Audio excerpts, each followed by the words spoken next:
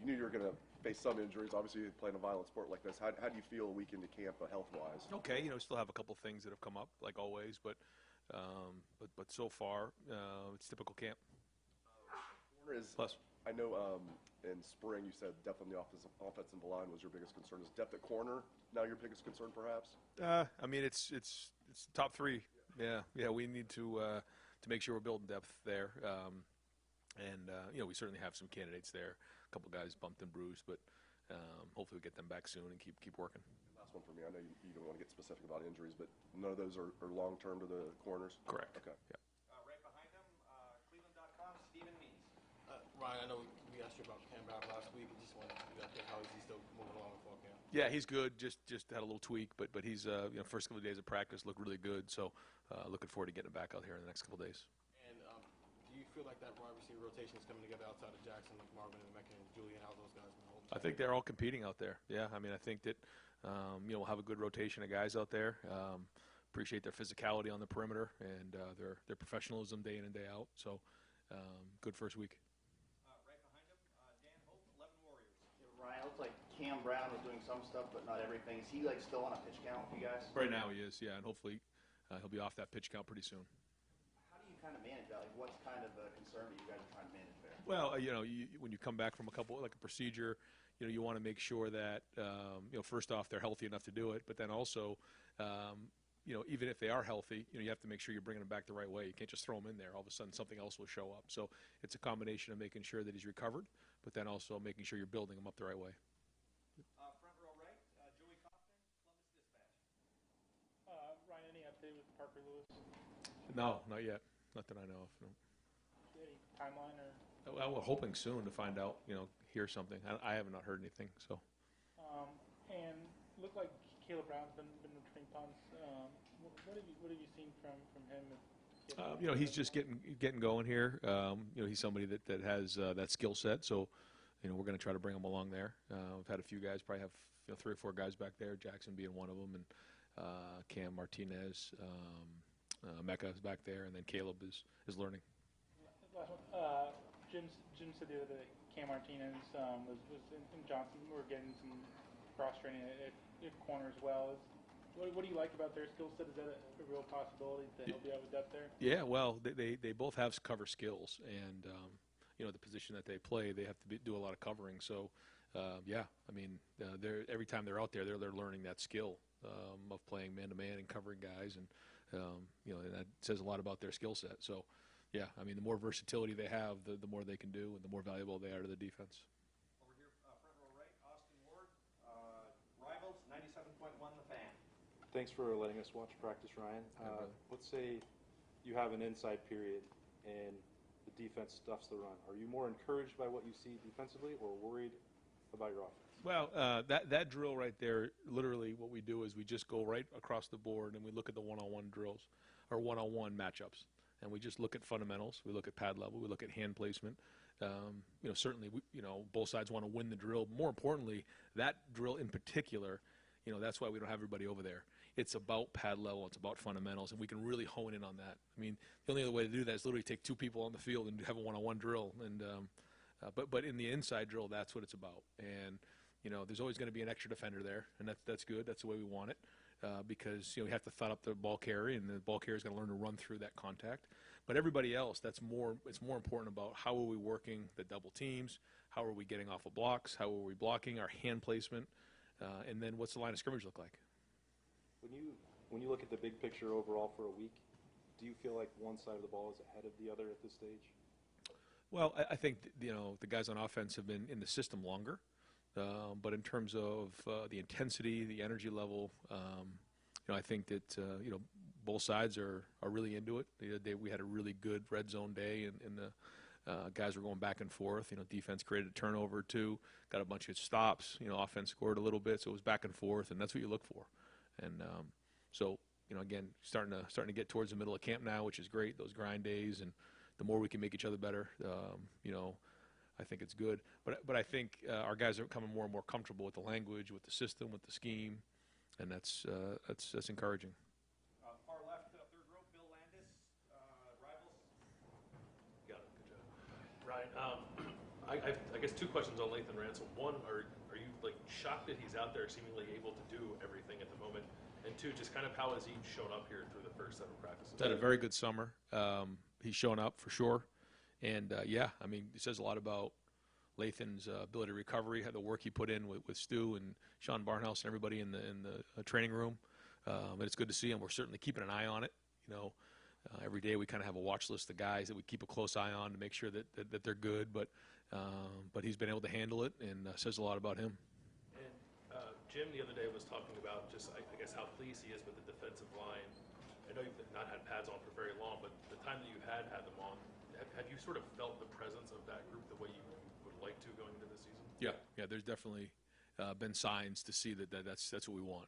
Tenacity, pad level, bunch of guys getting after it, nastiness. That's what we need. And our depth's going to be important. And now, can we sustain it over an extended period of time? That's going to be the key, because they've shown they can do it. Both sides of the ball up front. Now, how do we build that callous, that toughness, that saltiness that's going to carry us through a game and through a season? That's what we're building now. But there have been absolute signs that we can do it, so that's encouraging. Third row right, Jacob Bench and the Lantern. Yeah, hey Ryan, we're going to talk to the linebackers this week, and Steel Chambers being one of them. He's got a year now playing linebacker, and Jim Knowles said he has some of the most confidence in that linebackers room. From your vantage point, seeing how he went from running back to linebacker, how has his confidence grown? Just what do you think about that? Yeah, I think, last year was an interesting season. You know, there was some highs, there was some lows, and so a lot of things went on last year. But Steele, when you sit back and look at what he did, I think it was around this time last year in the summer where he moved from running back to linebacker, and then played a good amount last year. So said a lot about him as a person and his ability to throw himself right into the fire and just not afraid to fail and just go. And now with a year under his belt of playing the position, I think now it gives him his chance to be his best version of himself and play his best football. And so I think his ability to diagnose plays is even better than it was at this time last year for sure. And then just watching practice today, Sonny Styles getting some reps out there, and I think Knowles even referenced him as maybe a secret weapon. Just from your vantage point, how has Sonny Styles looked this preseason? Well, for somebody who's supposed to be in high school right now, he's doing darn good. And it's hard when you come in the summer and you're supposed to be, in high school and working with your high school teammates, and he's in there at Ohio State battling at practice. But in the opportunities he's had to compete, he's shown that he's got toughness and his ability to get coached. I mean, he's getting coached pretty hard. He takes it. And he works to get better. He's got a great look in his eye, and he's off to a wonderful start. Second row middle, Nathan Baird, Cleveland.com. We talked to Zimachowski the other day. He referenced I guess back in the end of the spring, maybe kind of a meeting you had with you and I guess Justin, and where you kind of talked to him about an opportunity that was ahead of him. Maybe not this year, but coming up as soon as next year. What did you try to communicate to him? Well, that anytime you're trying to build an offensive line, you try to find 5 guys, then you try to find 6, 7, 8. If you can get to 9 or 10, then you feel decent about your depth. And he was in that conversation.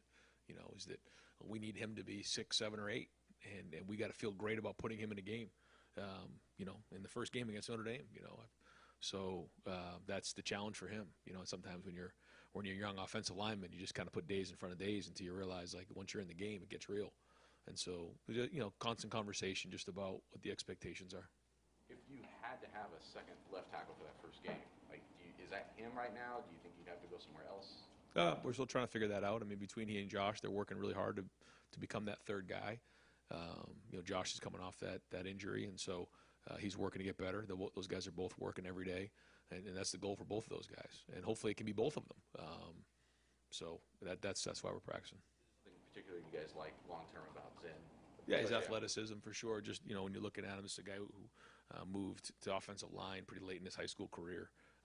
So has the athleticism, intelligence, all those types of things. Just needs to continue to put days on days and get that feeling of being an offensive lineman and having a block against, some really good players on the other side of the ball, and that's really what offensive linemen do. They run into human beings for every day, and you have to get used to that. That's not something you just wake up and do when you're born. You have to practice, the hand placement and just grinding and having the grit and toughness to show up every day and just be physical. And I think that's what he's working on. Far right, Adam King, WBNS 10 TV. last year you had to work a lot with the defense in the second half of the season. I'm curious, since Knowles has gotten here this fall camp, do you feel like you've gotten to step back, or do you still feel really involved? Well, I think the relationship between everybody on the defensive staff is excellent. The energy is excellent. I think Jim's done a great job of that. Constantly involved and talking with those guys. I think the dynamic has been good. The relationship's excellent. But at the end of the day, during our conversations, the idea was for him to be the head coach of the defense. And so certainly a lot of back and forth. Jim's excellent to work with, just a professional and in all kinds of ways. Really does a good job with the players, with his staff. But then even just in the conversation that we have, he's always really, really good to work with. So he's running the defense. Certainly, we talk every day about it. We meet every day about it. But I think he's off to a great start. So I know, these guys are working really hard to put their best foot forward week in and week out, in terms of the preseason camp. And I think our guys feel that. I think when they show up to meetings, they feel preparation. They see how well the scheme's put together, but still the emphasis on fundamentals. And so, that's all been good. Looking forward to see what the scrimmage brings on Saturday. Week you said the offense hasn't proven anything until they get on the field. Curious, with so much talent returning, is there anything that does concern you right now with that offense? Like what's the one thing that most keeps you up at night with them? No, not one thing. No, just that you got to prove it day in and day out. You got to play physical. You got to have good balance. You got to take care of the football. You got to score touchdowns in a red zone. All those types of things, and that's a challenge. We got a huge challenge to bring it week in and week out and have competitive stamina and play our best football in the second half, and then obviously down the stretch. But no, again, I don't think there's one thing that we have a concern about, but just again, being able to run the football and throw the ball and have that balance will be very, very important. Fourth row right, Tony Grumman, Buckeye Huddle. Ryan, Jim said that Steele Chambers, Tommy Eichenberg had really taken control of that linebacker room. How confident were you this offseason that was going to happen? You don't know till you get out there, but you can see it in their eyes, just a different approach, different look in their eyes. When you've never played that position like Steele did, if you haven't started a game like Tommy hadn't going into that game, and they weren't the only ones, there's just a different look. There's doubt. That's just the way it is. You're just not sure. Certainly the guys play with confidence, but there's just that feeling naturally. CJ going into the game, you're just not sure. They've done it now. They've made mistakes. They've had success. They've done those types of things. And, first time you do something, the first time you ride a bike, you fail. You fall off. How quickly do you get back on? You fall again. But then eventually you learn how to ride a bike. And I think the more experience that we got last year, the better going into the season. So seeing a different look in their eye, they both had a really good offseason. That room's had a good offseason. I think their relationship with Jim in that meeting room has been excellent too. So, we'll see. I know you have to look at the tape. J.K. Johnson had a couple of plays today. Jair Brown being silver bullet of the day. Seems like you're getting guys to step up while you're having these injuries. Are you happy with that? Yeah, absolutely. And it's good to see those guys step in there. Seeing Cam flash, Jair got his black stripe off the other day. That was great. J.K. Johnson's had some good days out there.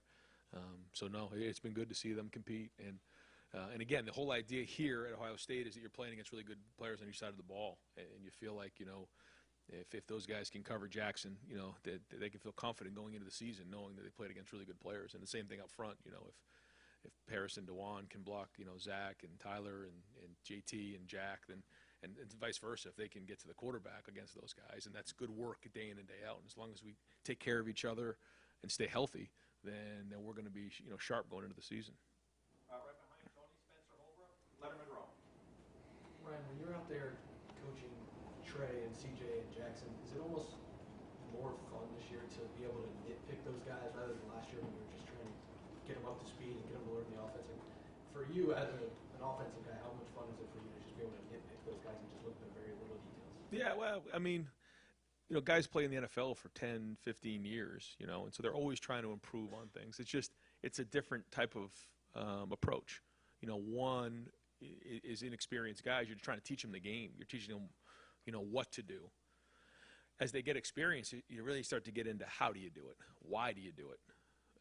And I think that's really important. How are all the things put together?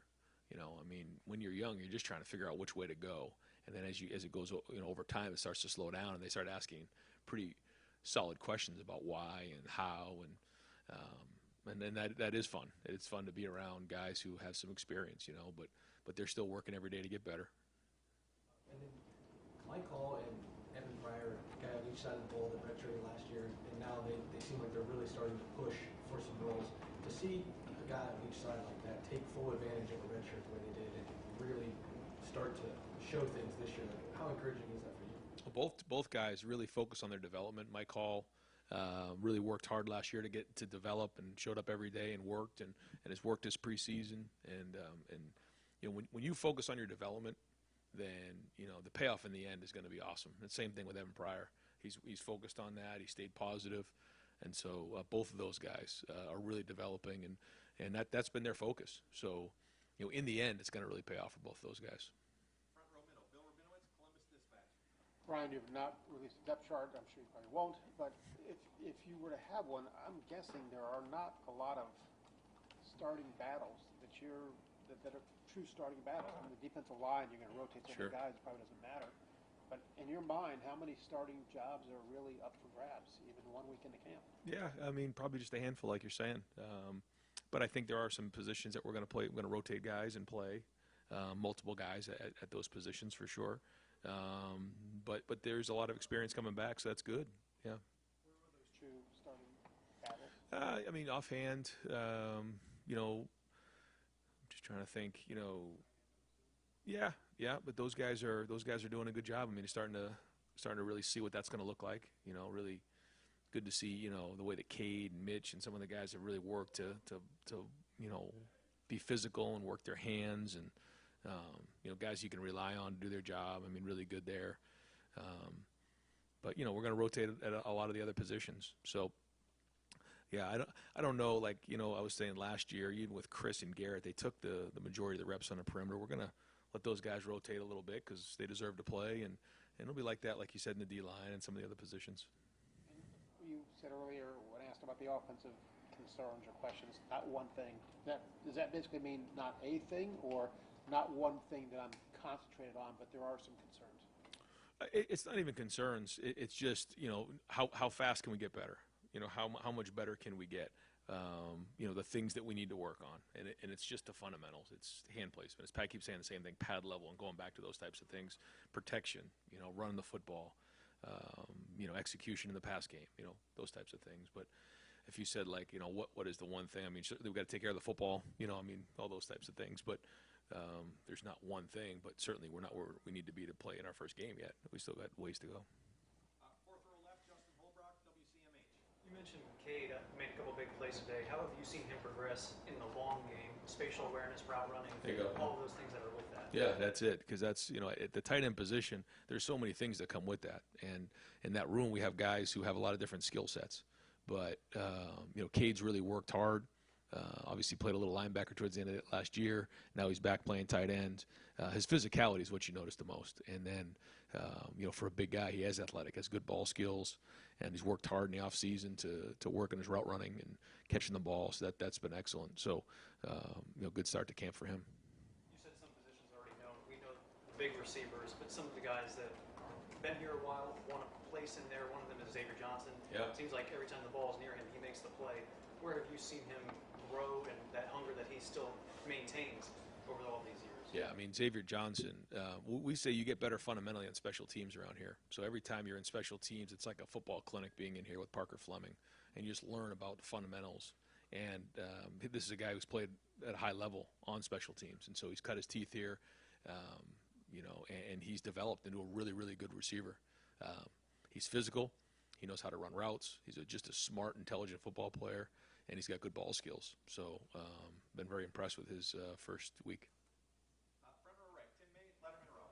Yeah, Ryan, could you get a little more in detail about the guys you see coming along in that offensive line depth group? I mean, for example, Josh, right. Enoch, who has caught your eye, I guess? Yeah. That's a little bit different than you thought about them a year ago. Well, yeah. Like you said, Enoch Viamahe is somebody that we need to step up and has done some good things this camp. Zan and Josh are two other guys, and then some of the young guys have shown a little flash. seeing Carson out there, Integra, and that's been good. I just need the rest of those guys to continue to work to get better. And one other thing, would you guys be better? Would y'all be served better by getting to have a controlled scrimmage with another school about the third week of camp? I mean, would that be feasible? Have you ever thought about that? Have you ever broached that idea with your colleagues? I mean, Yeah. You know what I mean? As Yeah. opposed to, going against the same old every day. Yeah, definitely thought about it, and it would be intriguing and probably good conversation. My only concern is that you're still dealing with 18, 19, 20, or 21-year-old guys, and learning how to take care of each other. I think that's one of the things that we do in practice right now. And in the NFL, they're kind of pros. They understand rules of engagement and how that works. In college, I'd be a little concerned about getting guys injured. Just because guys will just be working so hard to kind of prove themselves. And so I think it's interesting. And maybe in the spring, I think that would be something that would be interesting as well. Maybe allowing some of the younger guys to even play a game against, another team in the spring. I think that's really interesting conversation, but probably for another day. Yeah, there's a portal, but not a waiver wire. Is what you're. Yeah, that's right. That's true too. Hey, one quick. Justin Fry, what has changed about him from you were around him before? I mean, these guys all rave about just his enthusiasm, the energy, the willingness to, like Bear Bryant used to do, get in there, when he was young and get after things. I mean, what has just impressed you about him, watching him on the live and in person now? Yeah. I mean, he played the position, played it in the Big Ten. Dad was a coach, so he's got the right pedigree, brought up the right way. Coach DiNardo and Steve Adazio, different guys, just understands the position at a high level. But who he is as a person, he just connects well. And I think being out with Chip and out at UCLA and kind of having a little bit wider approach than just being with the offensive line is a big deal. Sometimes in the O-line, you just kind of see between tackle to tackle. I think he sees sideline to sideline now. I think it's made him a better coach. And final, I've only got time for just a couple more questions. Second row left, second row right, Doug Lamreys, Cleveland.com. Ryan, I was asking the linebacker room, like, who's the fastest linebacker, who's the strongest linebacker, that kind of thing. Almost everybody said Chip Trainum's the fastest, and some of them said Chip Trainum's the strongest also, which seems pretty good. Talk about that transition Steele made, right?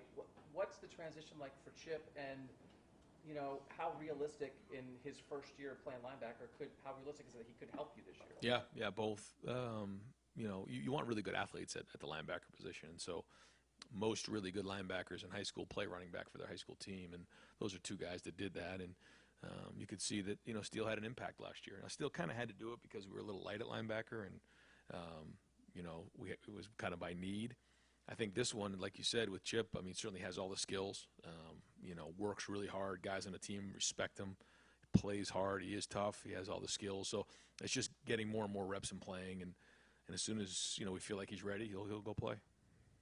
Just watching Emeka Egbuka move around with the ball, he just looks dynamic a lot of the time with the ball in his hands.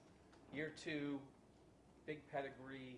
Like what's he have to do to really make an impact for you guys this year? Just keep doing what he's doing. I mean, he made an impact for us last year on special teams as a freshman, certainly returning some of those kicks, the big one at the end of the Rose Bowl. But he's really intelligent. He's really sharp. His work ethic's off the chart. His toughness is off the chart. Ball skill's really good. If he just keeps putting days in front of days, he's going to have a really good year. And G. Scott's another guy that I think a lot of fans are intrigued with, the physical transformation. How close is he to?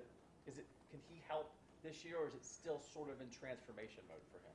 Well, I think when you play the tight end position, there is a transition there, and certainly he's willing, to block inside and do those types of things, and so he's flashed for sure, and he's just grinding right now in the preseason to try to get better and earn some reps out there, and there's certainly been really good signs out there. Yeah, so. But when you're dealing with that position, there's a lot of skills to be done. I mean, you got to be able to run block, you got to be able to protect, you got to be able to run routes. There's a lot there, and so just grinding every day, and then in a couple of weeks we'll come up for air and try to figure out roles into the season and where that goes. And over here, final questions, far right, Clay Hall, WSYX. Do you have a Notre Dame period every day if not, when will you begin to transition? When does the install quit and the? Yep. Yeah. I mean, this week right here is just all against each other, and we'll go scrimmage on Saturday. And the whole idea is that after this week, we felt like we could check off some boxes of get a better fundamentally toughness, did some tackling against each other. As we come into next week, then we kind of go to the next phase, and over the next 2 weeks, you start to introduce some of those types of things. But right now, it's just against each other and really heavy in fundamentals.